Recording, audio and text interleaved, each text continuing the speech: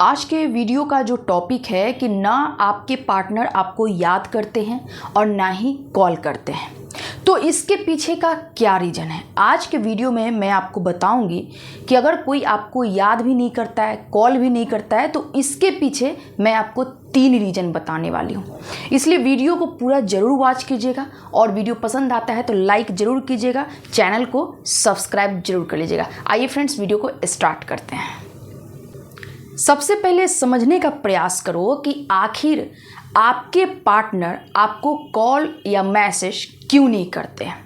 जैसा कि मैं आपको बताई हूँ कि इसके पीछे मैं आपको 3 रीज़न बताऊंगी। तो पहला रीज़न ये है कि जब आप लॉन्ग डिस्टेंस रिलेशनशिप में होते हो, ऐसा होता है ना कि जब आप लॉन्ग डिस्टेंस रिलेशनशिप में होते हो तो वहाँ पे क्या होता है कि आप एक दूसरे से बहुत दूर होते हो, है ना। आपका जो मिलना भी होता है ना वो काफ़ी लंबे टाइम के बाद होता है और इसमें बहुत सारे मिसअंडरस्टैंडिंग क्रिएट होती है। मान लो कि अगर आपके पार्टनर आपको कॉल नहीं करते हैं तो आपके मन में बहुत तरह के सवाल आने लगते हैं कि आखिर वो इंसान मुझे कॉल क्यों नहीं कर रहा है, क्या बात है।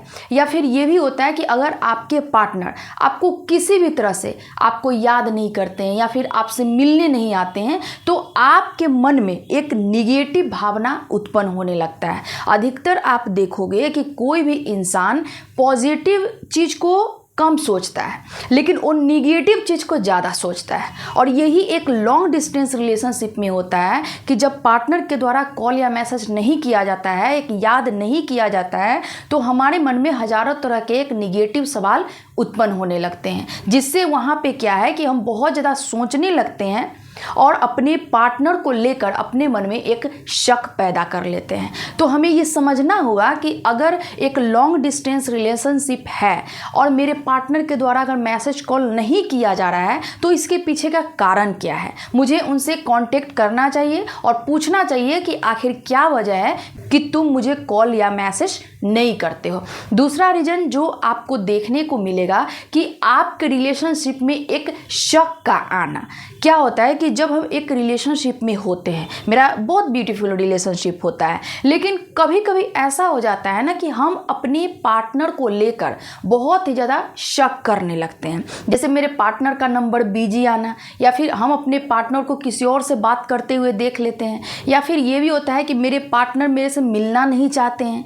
तो वहाँ पे क्या होता है कि एक शक हमारे मन में होता है जिससे कि हमारे पार्टनर हमें कॉल या मैसेज नहीं करते हैं। तो मुझे यहाँ समझना हो, तो हमें यहाँ समझना होगा, एक जब हम रिलेशनशिप में होंगे तो वहाँ पे हमारे अंदर एक अंडरस्टैंडिंग भी होना ज़रूरी है कि ये सारी चीज़ें नहीं होती है। बहुत बारी आपको ये देखने को मिलेगा कि अगर आपके पार्टनर सोशल मीडिया पे है, वो किसी को फॉलो कर दिए या फिर उनको कोई अपोजिट जेंडर अगर फॉलो कर दिया, ठीक है, तो वहाँ पे क्या होता है ना कि बहुत ज़्यादा हम एग्रेसिव हो जाते हैं कि आखिर तुम उसे क्यों फॉलो कियो या फिर वो तुम्हें क्यों फॉलो की। और इसको लेकर भी बहुत सारा क्या होता है, विवाद उत्पन्न हो जाता है ना। वहाँ पे मेरे अंदर शक डेवलप होने लगता है और जिससे क्या होता है कि हमारे और पार्टनर के बीच में रिलेशनशिप अच्छा नहीं होता है, वहाँ पे तनाव बढ़ने लगता है। और इन सारी चीज़ों से मेरे पार्टनर के द्वारा हमसे बात ना करना, कॉल मैसेज ना करना, एक दूरी बनाते हुए वो चले जाते हैं। तो क्या करना है कि जब भी आप रिलेशनशिप में रहो तो आपको जो ये शक है ना, थोड़ा इसको आपको हटा के चलना पड़ेगा, है ना। अगर इन चीज़ों में अगर ज़्यादा आप उलझे हुए रहोगे तो आपके रिलेशनशिप पे ज़्यादा इफ़ेक्ट पड़ सकता है।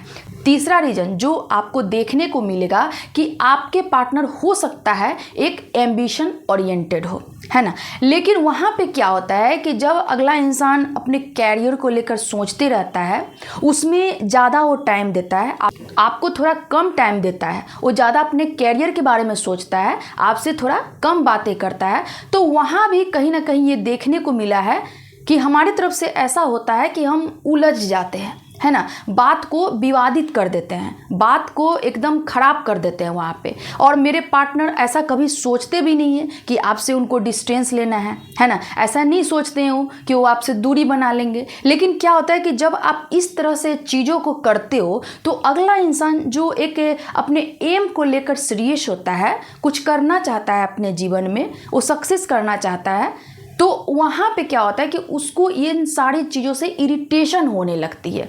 देन वो क्या करता है कि एक फैसला लेता है कि अब वो आपसे दूरी बना लेगा, और इससे क्या होता है कि धीरे धीरे वो आपसे मिलना बंद कर देता है और कॉल मैसेज भी करना बंद करने लगता है। तो ये 3 रीज़न आपको अपने रिलेशनशिप में देखने को मिलेगा अगर कोई आपको कॉल या मैसेज नहीं करता है तो।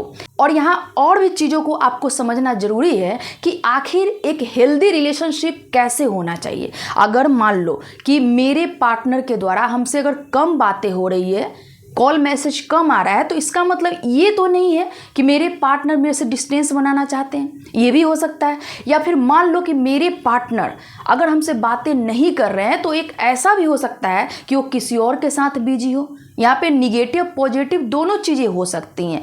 हमें उन चीज़ों के बारे में डीपली जानना जरूरी होगा, नहीं तो हमारे रिलेशनशिप पे एक गहरा इफेक्ट पड़ सकता है। इसलिए बात को यहाँ समझना है। लेकिन फिर भी मैं आपसे कहना चाहूँगी कि इसके अलावा भी आपको रिलेशनशिप में देखने को मिलेगा कि एक इंसान जो आपसे शुरुआत में अगर रिश्ता जोड़ता है उस समय बार बार आपको अप्रोच करते रहता है, आपसे मिलने की कोशिश करते रहता है, आपको दिन भर में न जाने 50-100 मैसेज आपको करता है, 50 कॉल कर देता है, लेकिन अचानक से वो इंसान धीरे धीरे इन सारी चीज़ों को करना बंद करने लगता है। तब आपको वहाँ पे जानना जरूरी है कि मे बी आपके पार्टनर किसी और के साथ बिजी हो गए। क्योंकि जो एक एम्बिशन ओरिएंटेड अगर इंसान होगा तो वो डे 1 से आपके साथ वही चीज़ें करेगा जो एक अंत तक करेगा।